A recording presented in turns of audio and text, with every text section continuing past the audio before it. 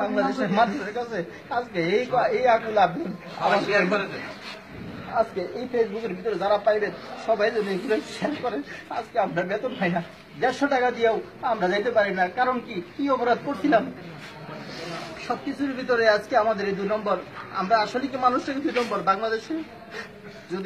যদি কোনো সরকার, আমাদের দেশের সরকার আছে এবং কি বিরোধী নেত্রী আছে এবং কি স্বরাষ্ট্রমন্ত্রী আছে, পররাষ্ট্রমন্ত্রী আছে, আমাদের এমবেসি আছে, এমবেসি থাকা সত্ত্বেও, দূতাবাস থাকা সত্ত্বেও আমাদের কোনো কিছু সহযোগিতার হাত পাই না।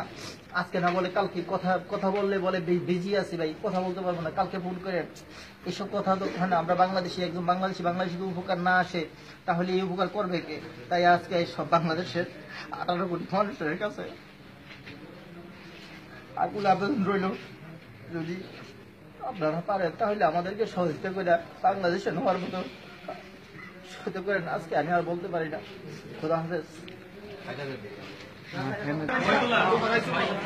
বাংলাদেশ প্রধানমন্ত্রীর কাছে আমার আবেদন, আমরা এই আজ 3 বছর আগে বাংলাদেশ থেকে, ক্যারিয়ার ওভারসিজ থেকে আমরা 1000-এর মতো লোক এই ইরাক প্রবাসে আসছি গ্লোবাল কোম্পানিতে।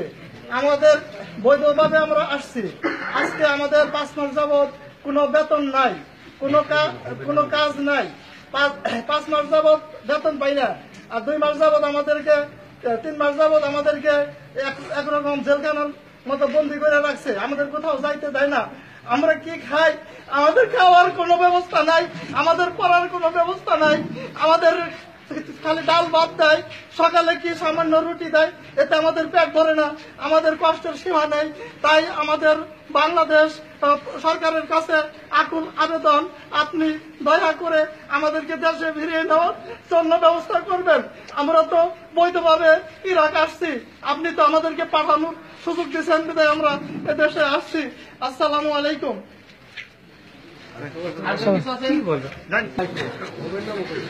বাংলাদেশ প্রধানমন্ত্রী জননেত্রী শেখ হাসিনা, আমরা কেরিয়ার থেকে আসছি। ভোপেতে প্রায় 1000 বাঙালি 3 বছর হয়ে গেছে। আমাদের 6 মাস কোনো বেতন নেই, কোনো খাওয়া নেই। সবার এক জায়গায় আটকায় গেছে, ফাঁকায় জাতি দিচ্ছে না। খুব কষ্টে আছি। বাংলাদেশ এম্বাসি আছে, এম্বাসি রাখা যে বাংলাদেশ মানুষের সেবা করার জন্য, কিন্তু তারা ফোন দিলেও রিসিভ করে না। কারণটা কি? আমরা এই কষ্টের ভিতরে আছি। যদি বাংলাদেশ সরকারের করণের কিছু থাকে তা আমাদের জন্য করে দেন, আর যদি না করে তাহলে আমাদের এই দেশে মৃত্যু ছাড়া আর কোনো পথ নেই। আসসালামু আলাইকুম। প্রধানমন্ত্রী এবং স্বরাষ্ট্রমন্ত্রী, আমি বাংলাদেশ মাননীয় প্রধানমন্ত্রী শেখ হাসিনার কাছে আবেদন করছি। আমরা আজকে 3 বছর আগে 1000 মতো বাঙালি এদেশে বৈধ অবস্থায় আমরা আসছি।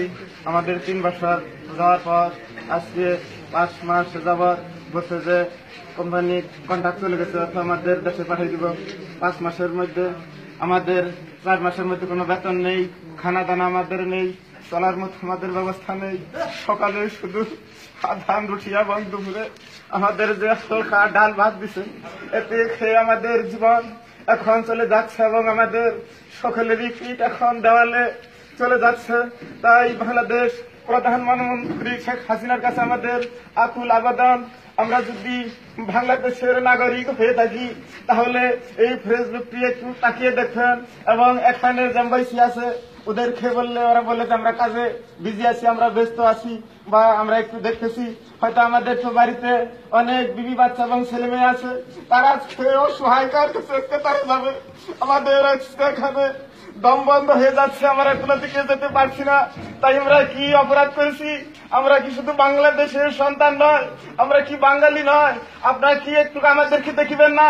আমাদের কাছে আবার শেষবারের মতো আকুল আবেদন, আপনাদের যদি আমাদের প্রতি দেখে একটু মায়া লাগে বা আমাদের দেখে কষ্টটা একটু আপনারা বোঝেন, তাহলে আমাদেরকে একটু খেয়াল করবেন এবং আমাদেরকে একটু নজর দিয়ে এই জন্মভূমি দেখের জমিন থেকে এখান থেকে আমাদেরকে একটু সহযোগিতা করবেন। আর তা না হলে শুধু আমাদের এখানে বোম্বিং ব্রাস্ট হয়ে মরা ছাড়া আমাদের আর কোনো গতি নাই। আমি আর বলতে পারছি না।